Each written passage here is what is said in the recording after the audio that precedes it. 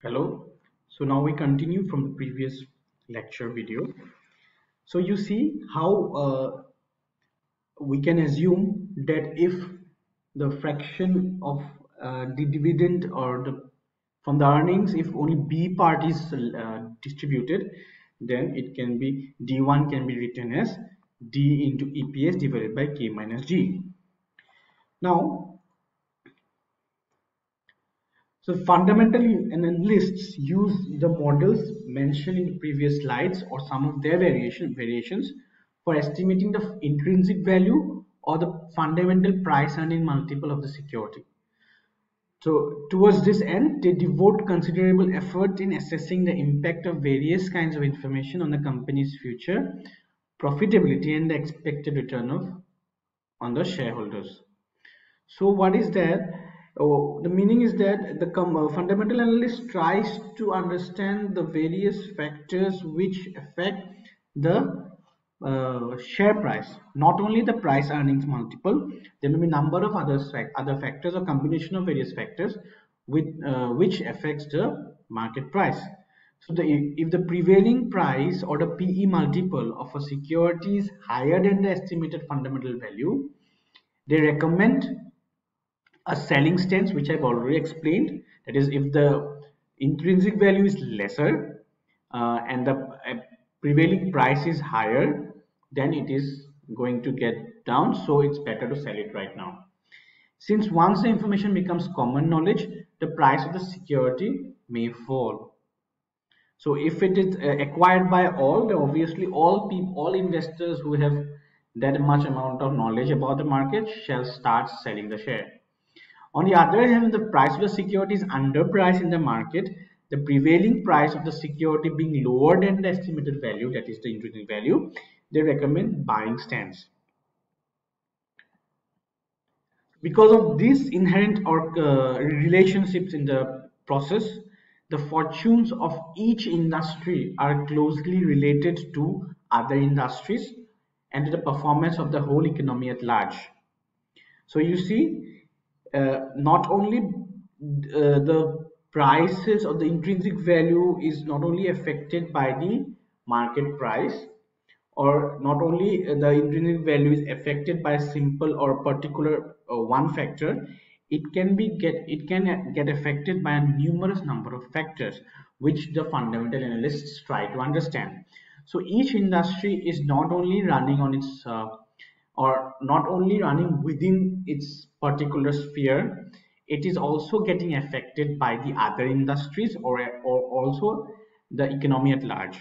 So within an industry, the prospects of a specific company depend not only on the prospects of the industry to which it belongs, but also on its operating and competitive position within that industry.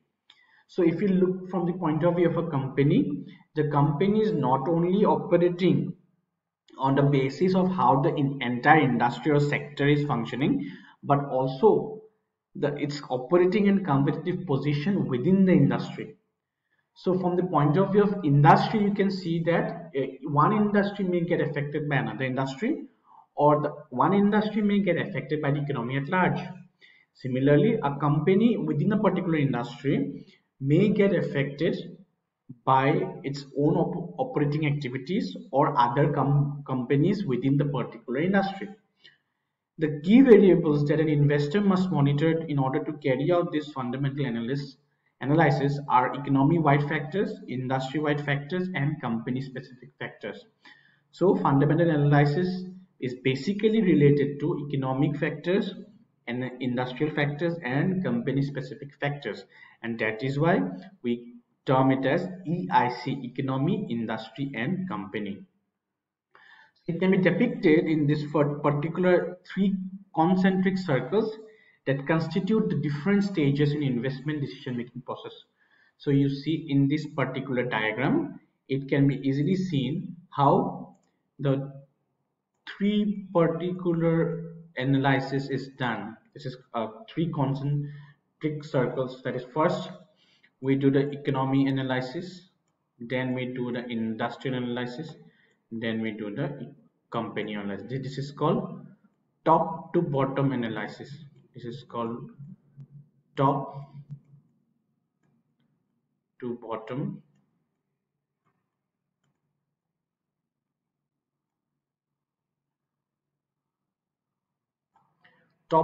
analysis, or the other way, it can be done the other way around. It can be from the bottom to top. So one, if the analyst is doing from economy, industry, company analysis, that's called top to bottom. And if the analyst is understanding the economy, company first, industry second, and thirdly the economy, then it's called bottom to top analysis. So let's move on to the first one, that is economy analysis. It's part of unit 3, that is fundamental analysis. So macroeconomic factors like historical performance of the company in the past, present, and expectations in the future, growth of different sectors in the economy in different in future with signs of stagnation, degradation at present to be assessed while analyzing the world economy. So economy analysis is basically understanding the entire economy, which is currently running, as well as what will be what are the expectations in future, what is the GDP rate. So the various things which are going to happen, what are the things that have already happened in the country from the perspective of the economy is tried to analyze. The fundamental analyst tries to understand, and thus it helps in narrowing down what would be the situation for various industries and companies. Now, trends in people's income and expenditure reflect the growth of a particular industry and company as well. So there are various things which the economy analysis may include, which we'll be looking into this particular slide. So first is the growth rates of factors, with the various factors which are actually included as a part of economy. There are a number of factors which you can also add on to this picture, but there are few here which have been mentioned here. Like one is growth rates of national income and related measure. So you understand, for most purposes, the difference between the nominal growth rate, which is generally quoted by the GDP, and the real growth after taking inflation into account. So that particular growth is analyzed or is understood whether there is real growth or not.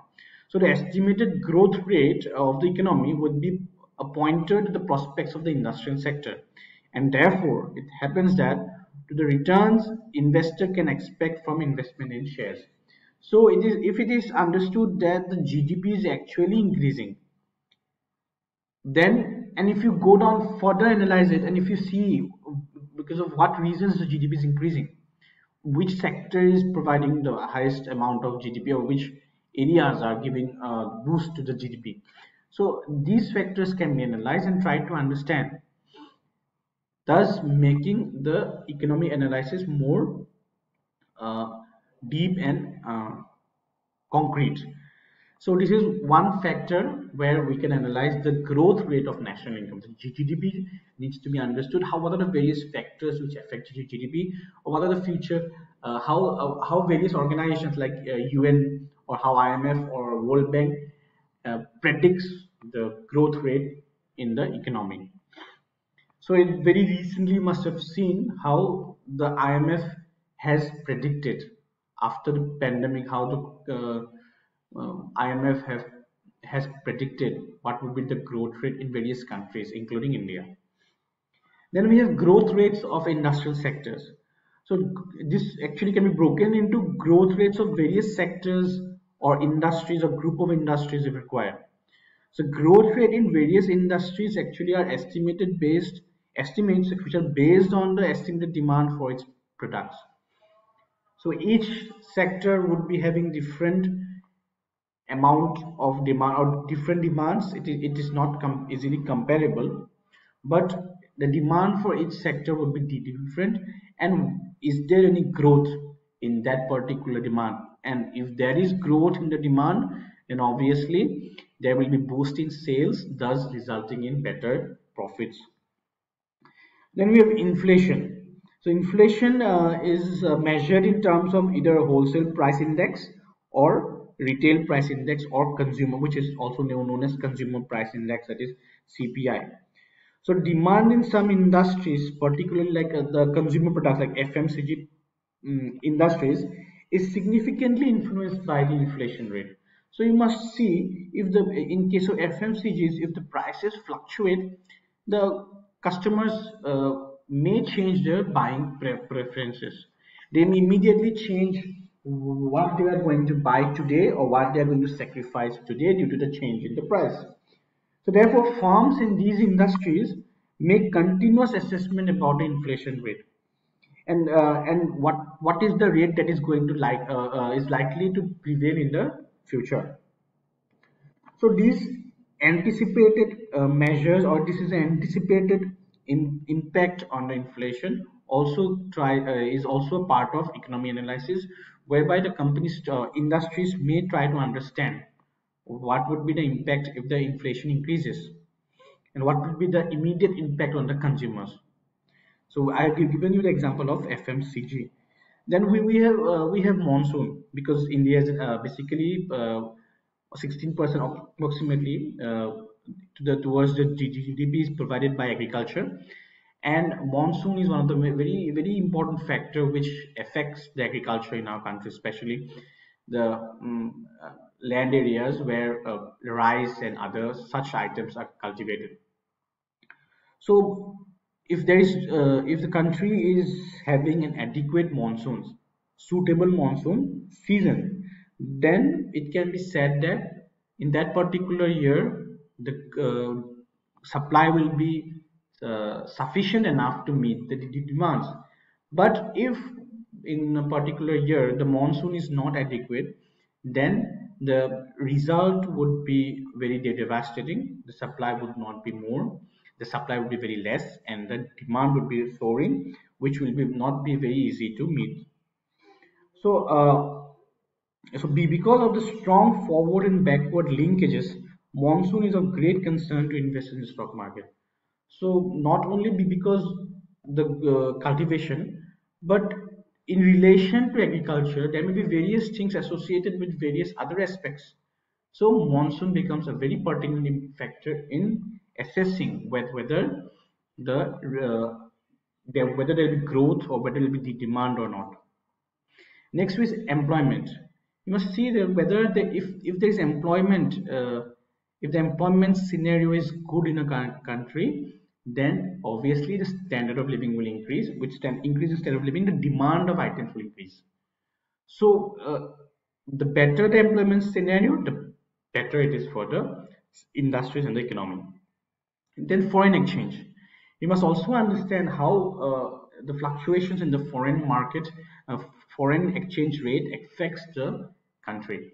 So if a firm is or if an industry is actually dealing in export and import and importing things and exporting items, then obviously the foreign exchange rate would very much affects its sales and profitability.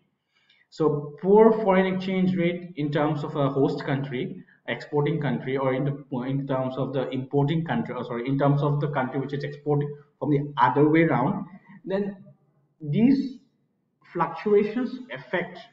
So, like suppose when the US dollar, like when the Indian currency is going down in terms of US dollars, it affects not only one firm or not only the not only a particular firm in the country, but all the other aspects, because the prices may increase or the prices may decrease. Then we have political stability. Political stability, when the government is having when a particular government is having a full-fledged 5 years term, and also again it is having another 5 years term.